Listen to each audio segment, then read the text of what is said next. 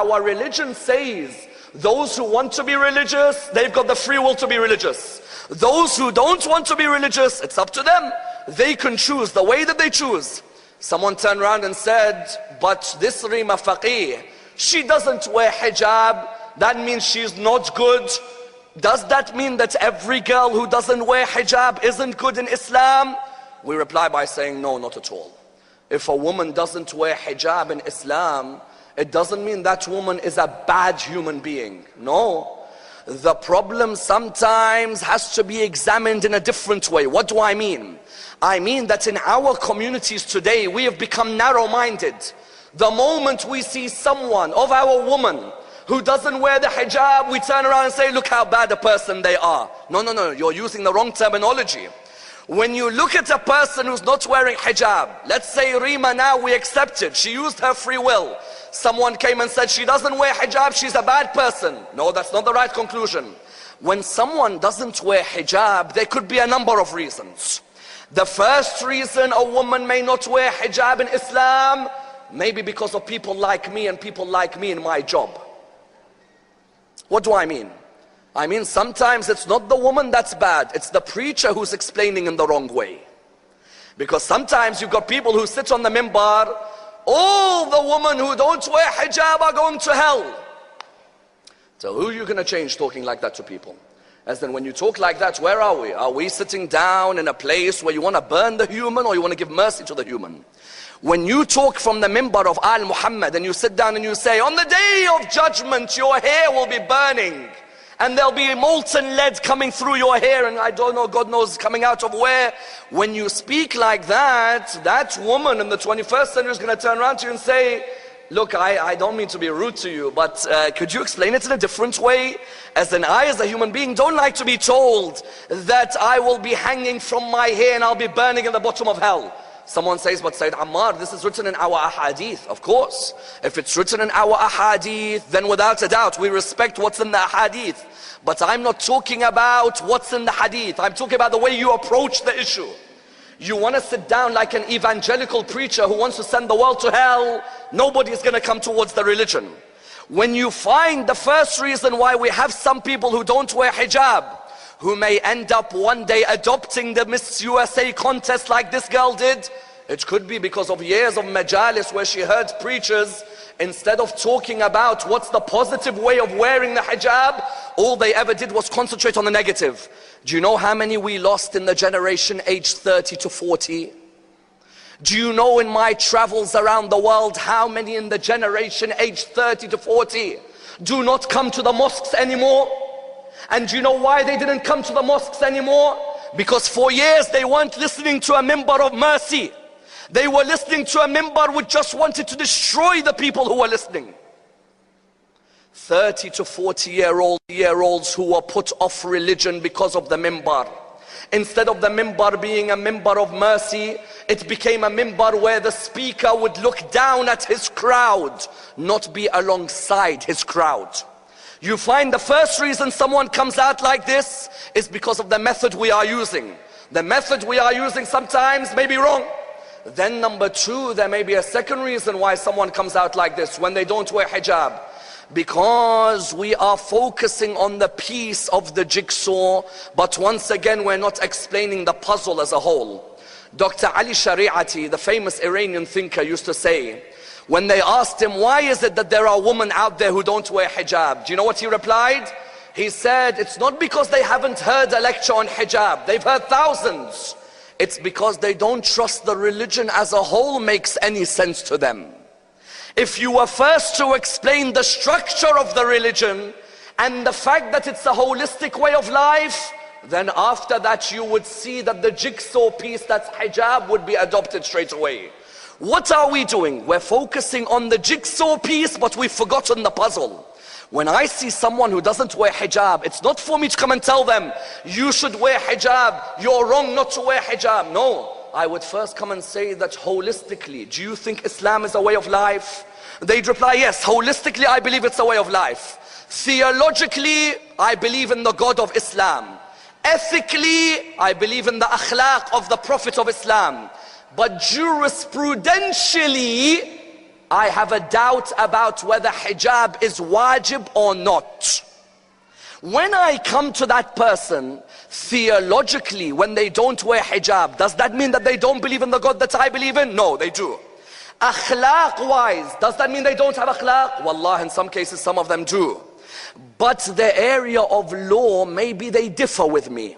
They may say to me, I don't believe the Quran has a verse where hijab has to be worn. At that moment, I sit them down. I say, what do you mean? They say in the Quran, it says you cover your bosom area. But there's no verse which says cover your hair. I say, do you know how to study the Quran? Because when you study the Quran, you need to have knowledge of pre-Islamic Arabian culture. The Quran, why did it say draw your veil over your bosom? Because the Quran was speaking to a group of people who in Arabian society used to already wear veils, but their neck was showing and their bosom area was showing. The Quran was addressing them by saying, now draw your veil over your bosom. Meaning you are already wearing a hijab on your hair. But if you don't cover your neck and you don't cover the chest area, then the hijab is not complete. Notice the approach. That girl who doesn't wear hijab, I don't come to and say, you're a bad person. Why? Theologically, her Allah is my Allah. Ethically, her akhlaq is my akhlaq. From the Prophet and his family.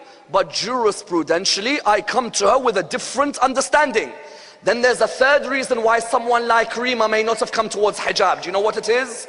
The third reason is we haven't understood the philosophy of hijab. You know Rima Faqih, when she wore the swimsuit? When she wore the swimsuit in the Miss USA contest, do you know what she was missing? She was missing an understanding of the philosophy of hijab. Oprah Winfrey is in town, isn't she? Yes? And Oprah will be in the Oprah house. Oprah Winfrey had a famous interview with a lady by the name of Krista Bremer. Krista Bremer has a famous article called Bikini or Headscarf, which offers more freedom. Oprah Winfrey sat down with Krista Bremer. Please listen to this point. Oprah said to her, Krista, what is it about the headscarf that made you praise it more than you praise the bikini? Listen to her reply. Krista Bremer, and Google her and you'll see the whole article. Krista Bremer tells Oprah Winfrey, she says, Oprah, the scarf of Islam affects the person in their childhood and in their adulthood in a positive way. Why?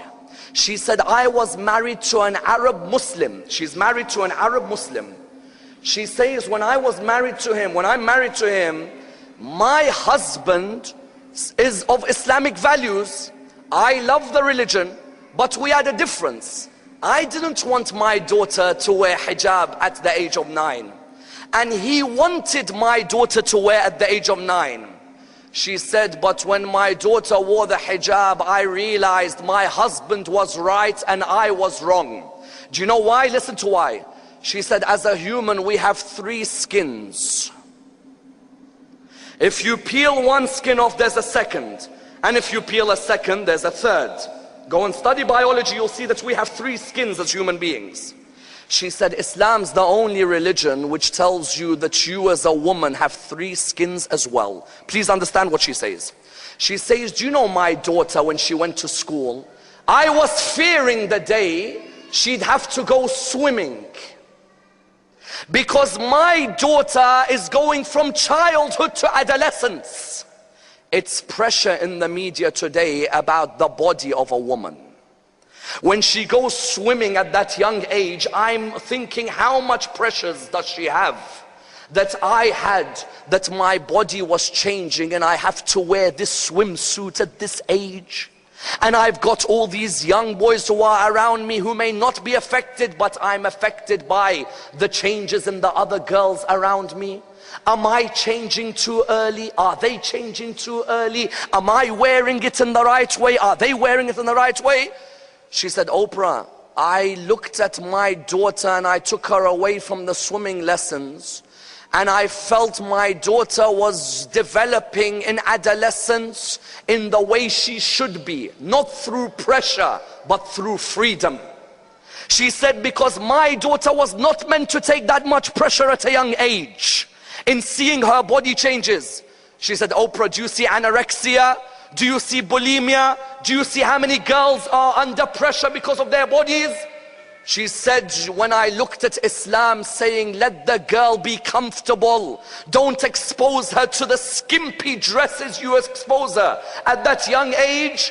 She said, I recognize Islam and appreciate this. But she said, more than this, Oprah, you know when I dropped my daughter to school? She said, yes. She said, when I dropped her, I just stopped in the car and I saw her walking in with her hijab. But a hijab, not where she's wearing tight hijab, because it defies the point. The pressure remains. Is the jeans in the right shape? Is the jumper figure hugging? The pressure is still there. When she wore a hijab that was a bit looser, she could walk into that school comfortable. The girls in her age are wondering about their body shape, whereas my daughter is wondering about her character. My daughter is developing into a woman while the girls in her age group are simply dying as young women. And then she said, the Prophet explained 3 skins. A woman's first skin is her physical hijab, and then the social hijab, then the hijab of being a visionary. She said that the Prophet said there's 3 hijabs, but Islam is focusing too much on one. That she said the same way we have 3 skins as humans, the Prophet of Islam said that there's 3 skins to the hijab. You wear your physical hijab, you need a social hijab. You have a social hijab, you need a hijab of a visionary. What's a visionary? A visionary is what we are lacking and why Rima comes out the way she comes out. Do you know what a visionary is? A female who emerges as a powerful speaker in Western society. When you come to the reform of the female in Western society, the first reform that we need in order that we don't have another case of Arima Faqih is that we need more female women speakers in our communities. What do I mean by that? I mean that however many male speakers you bring to Australia, every Muharram there are still certain issues which the male speaker cannot talk about, which the female can. But you can't have a female speaker who's generations and generations ahead of the younger woman. You need a young woman speaking to young woman. Someone who identifies with them, someone who speaks for them, someone who knows the life they are living. We find, unfortunately, every time a young woman speaker rises in our communities, you've always got the group who are ready to open their mouths. They are the group who are like, who's she to tell me about how I should be religious? Do you know how she was when she was younger? So you never heard the story of Hur bin Yazid al-Riyahi? You never heard the story of how Hur changed? Can't you change as well? Why is it that in our Western circles, whenever a woman speaker who's young wants to emerge, we always put her down? We never allow her development.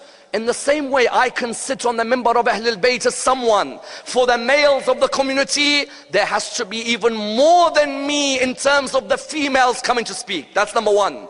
Number 2, there has to be a reform of the majalis, of the gatherings of the elder woman in our community. What do I mean?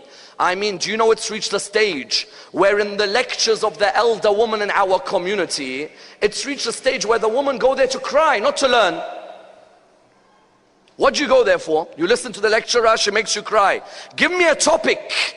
Examine history, examine ethics, examine theology, examine jurisprudence. No! 45 minutes on Karbala al-Hussein. I love Imam al-Hussein. I promise I love Imam al-Hussein. But give me some substance. The elder woman in the school of Ahlul Bayt, in their majalis, in the Arabic language, in the Indo-Pak language, in the Persian language, are just tales of emotional history. Is there substance? No, there's no substance. And what's it become? Why are you going to the majlis? I'm going to see my friends. You're not going to learn? No. Everyone's going there. She's going, he's going, she's going. I have to be there. That ladies' majlis, which was founded on Fatima al-Zahra, which was founded on Sayyida Zainab, which was founded on knowledge, which changed your life, has just become a mere social gathering for people to come and sit down and discuss their affairs. Whereas there needs to be a reform in this area, where women's majalis, which are held in the traditional languages, address the current issues. Number 3, the women of the community have to have as much say in the mosques as the men of the community. What do I mean? I mean, why is it that the women in the community in many of the mosques are put in the worst area of the mosque, whereas the men are sitting right in front of the speaker in their comfort zone? The women are put downstairs, the men upstairs. The women are put in the worst places, whereas the men are put in the best. The men make all the decisions for the mosques, the women make none. In the same way the men can see the youth, the women can see the youth. There should be open voting where men and women can lead communities. Because the religion of Islam did not come as a patriarchal religion. It came to ensure that every member of the community had a say. That's why when you come to someone like Rima Faqih, if you were ever to sit with her, say to her, Rima, did you ever hear of the great woman who came before you, who you could have taken as a role model in your life? Woman who served this religion. Someone will say to me, but Sayyid Ammar, these women you're going to mention, they lived 1,000 years ago. Rima's not going to relate to any of them. No. If I can make their lessons contemporary, then Rima and all of us in this hall can relate to them. What do I mean? I have a sister, or I have a daughter, or I have a niece who comes to me and says to me, I want to be religious, but I'm too attached to the dunya and I can't leave it. I can't even see why I should be attached to the akhirah. I say to her, did you ever hear of a lady in history called Asiya, the wife of Pharaoh? Asiya's husband would not allow her to walk on the ground. He would make people carry her because he loved her that much. He even did not kill the baby Musa out of his love for Asiya. The palaces of the world were hers. I tell you, sisters, you will not find any of us in this whole hall today who will own as much of an empire as Asiya owned. She could have easily said, I'm attached to the dunya, I can't get out and think of the akhirah. But Asiya showed us very clearly that even if you're in the middle of the richest environment, sometimes this world is too short for us not to reflect about it. When she saw Musa defeat the magicians, she came forward and she said, I now believe in the Lord of Musa and Harun. Pharaoh came forward and he said to her, you're telling me that you're going to leave me as God and you're going to go towards the Lord of Musa? She said, yes. He said, Asiya, I gave you this whole world. She said, the Lord of Musa gives me the hereafter and the world. He said to her, but what's the difference between me and him? I am a God and he is a God. She replied by saying, the Lord of Musa is always awake, whereas Pharaoh can sometimes go to sleep. She looked at him, she was attached to the dunya. No, she wasn't.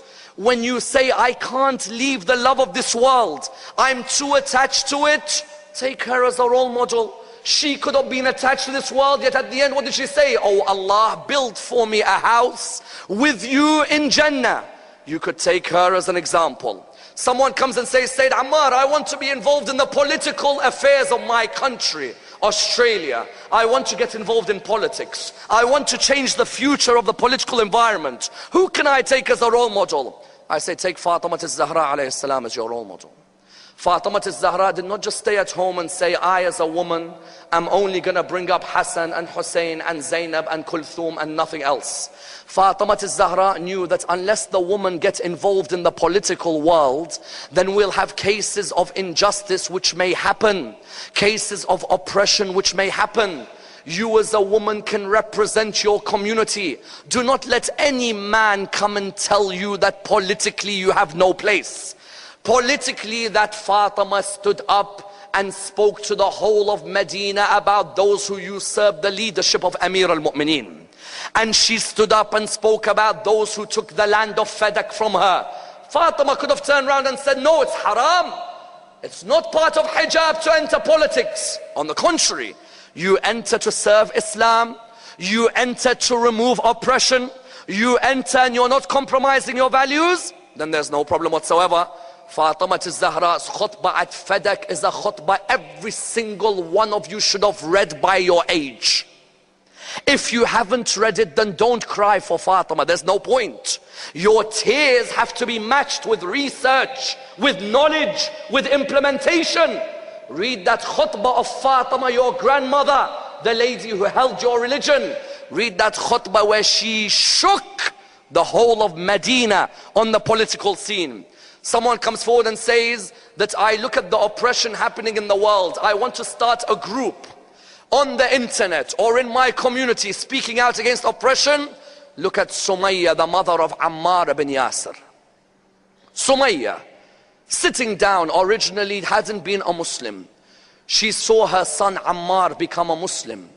She heard the verse, وَإِذَا الْمَوْءُودَةُ سُئِلَتْ بِأَيِّ ذَنْبٍ قُتِلَتْ. She heard Rasulullah say, why is the female buried alive? She began to cry because her two elder sisters were buried alive as females. This Sumayya, when she joined the religion, she saw Abu Jahl oppressing Rasulullah. She spoke out against Abu Jahl. She formed a group of women who were Sahaba of Rasulullah. She formed them to speak out against Abu Jahl and Abu Sufyan and Walid ibn al-Mughira. This Sumayya, Abu Jahl was standing on top of her with a spear. He said to her, leave the religion of Muhammad and I will let you go. She said, I'll never leave the religion of Rasulullah. He used the spear to rip the middle of her body into pieces.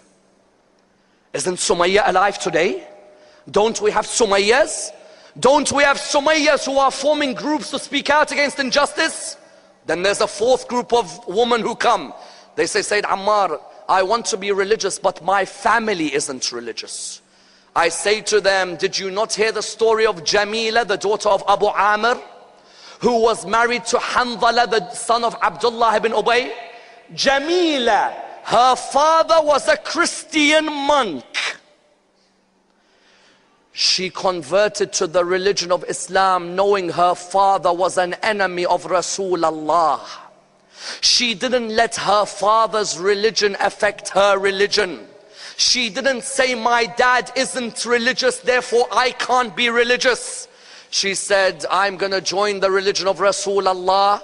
If it means my parents are going to attack me, they're going to abuse me, they're going to hurt me, I have a Lord who will look after me on a day my parents can't. She married Hanzala, the son of Abdullah ibn Ubay, who was the chief of the hypocrites of Medina. A day before the battle of Uhud, they got married. The day after, Rasulullah announced that the Sahaba have to go and fight at the battle of Uhud. She said to her husband, go and defend Rasulullah, but stay with me for one night. When they stayed together for that one night, she had witnesses who came to see that they got married. After Rasulullah returned from Uhud, he came to her. He said to her, Jamila, I have bad news. She said, what is it? He said, your husband died as a shaheed in the battle of Uhud. She said to him, Ya Rasulullah, as long as he died in the way of Allah subhanahu wa ta'ala. He said, yes, he did. She said, how do you know, Ya Rasulullah? He said, I saw the angels come and provide him with his ghusl when he was alone on the ground. That Jamila could have easily said what some are saying today, that I don't have a role model whose parents weren't religious, and they were.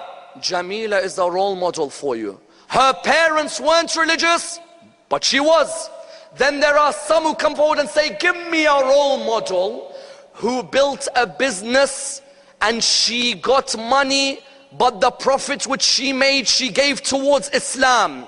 I want to build a business like a philanthropy cause, and I want to give them the money to Islam. Some will say you could give the example of Khadija. No, Zainab, the wife of Rasulullah, built a non-profit business where she would make handicrafts. She would sell them in Medina. Whatever money she would get, she'd give to the Sahaba who were living in Medina. Isn't she a role model? Then there are other women who come and say, Sayyid Ammar, I want to be religious, but I want to be modern. Can I be both? Yes, you can. Why aren't you allowed to drive fast cars? Yes, you can. Drive the fastest car. Why can't you wear Prada and Gucci and Vuitton?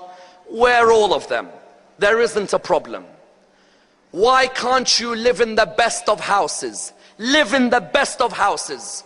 In Nahj al-Balagha, someone comes to Imam Ali and he says to him, my brother isn't religious because he's got this mansion now. Imam, tell him that you can't have a mansion because it means you will not be religious. Imam said, if in that mansion Allah is remembered and the Quran is read and Salat al-Rahim is enjoined, then that mansion is a wasila to getting closer to Allah subhanahu wa ta'ala. Those who come and say, I want a role model who's modern but religious. In the Quran, the Queen of Sheba was the richest woman alive. Only Nabi Sulaiman could match her. She was modern without a doubt. Her throne was modern. Her clothes were modern. The way she lived was modern. When she entered the palace of Sulaiman, she began to walk on the water, but before she walked, she thought it's water, so she lifted her dress. It turned out to be the finest glass you will ever see. She said, if that is what the palace of Sulaiman is like, then how about the Lord of Sulaiman? What palaces does he have? She left everything to marry Nabi Sulaiman and join Islam. She remained modern but religious. Someone like Rima was taught for years, you can't be modern and religious. She was taught the religious are always those who look backward. They don't look modern. They dress miserly. That's not Islam, that's culture. Islam said dress the best way you want to dress. Live the best way you want to live. But make sure there's a balance where you know there'll be a day you're accountable for the way you lived and the way you spent and the way you talked and the way you walked. Further than this, you notice all of these examples, someone will come and say, but they were 1,000 years ago. Give me modern examples. In the 20th century, we had women who were modern great examples. Go and study their lives. Study the life of someone like Zainab al-Ghazali in Egypt. Have any of you come across Zainab al-Ghazali? Zainab al-Ghazali was an Egyptian Muslim woman who was imprisoned by Jamal Abdel Nasser and later by Anwar al-Sadat. This Zainab al-Ghazali, 3,000 to 5,000 women would attend her lectures in Egypt. She would speak out against Jamal Abdel Nasser.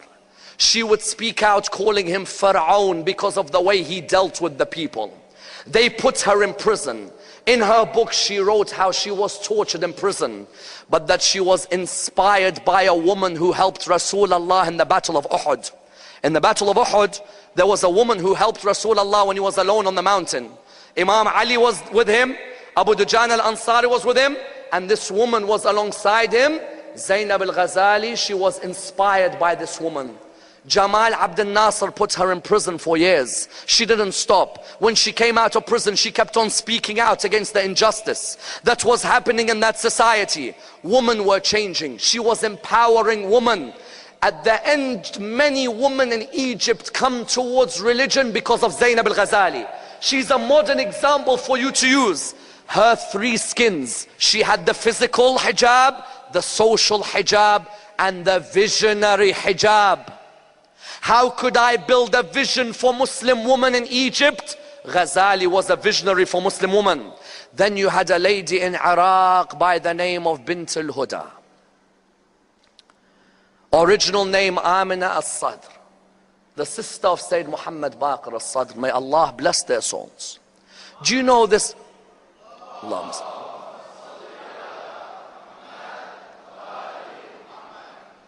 Do you know this Amina al-Sadr? The effect she had on women in Iraq and women around the Islamic world. In the 1960s and 70s, do you know how many Shia women in Iraq were miles away from religion, didn't have even the beliefs anymore, were affected by different streams of thinking? Bint al-Huda, as a visionary, do you know what she did? She didn't come to women and say to them, you are not religious, you should be religious, this is the way you should be. No, no, no. she began to write small books or booklets. These booklets, do you know what she would do? In the 60s and 70s in the Middle East, there were lots of novels of love stories going around, weren't there? So she would write booklets where there would be a type of love story. But the conversation between the man and his wife would be a conversation where religious concepts are introduced. For example, once she writes a story of a lady called Rihab and her sister Hasanat. These are two women in Iraq. Hasanat is religious, Rihab isn't religious, Hasanat is. And Hasanat has just been proposed to by someone who lives abroad. Bint al-Huda says that that person who's proposed to Hasanat would write letters to her. Rihab, out of her jealousy, would take the letters. And she wants to write to the person who's the fiancé to say that, you know what, I'm not interested in you anymore and I don't want to be with you. In other words, she was pretending she was her sister. And she was trying to reject him. And she was saying to him that there's no way you're religious. You live abroad, I live in Iraq, you can't be. Bint al-Huda would say, but then he would write back saying why he's religious. And why going abroad made him religious. Why it helped him become religious. She then would reply by saying, do you really believe in God? He'd reply by giving her the cosmological argument, the teleological argument, all the philosophical arguments about why God exists. She then says to him, do you really believe I should wear hijab? He'd send her the verses through letter of why hijab is good for her. She would then write, I want to ask for forgiveness that I've been rude. He would give her the ahadith of Ahlul Bayt about how you can be forgiven. Do you know how many women in Iraq changed? Do you know how many of these novels changed? Bint al-Huda didn't just give lectures and preached. She was a visionary. She used the third skin, the skin of how to build a community and build a nation, that after you die, people remember you 30 years later like I'm remembering her tonight.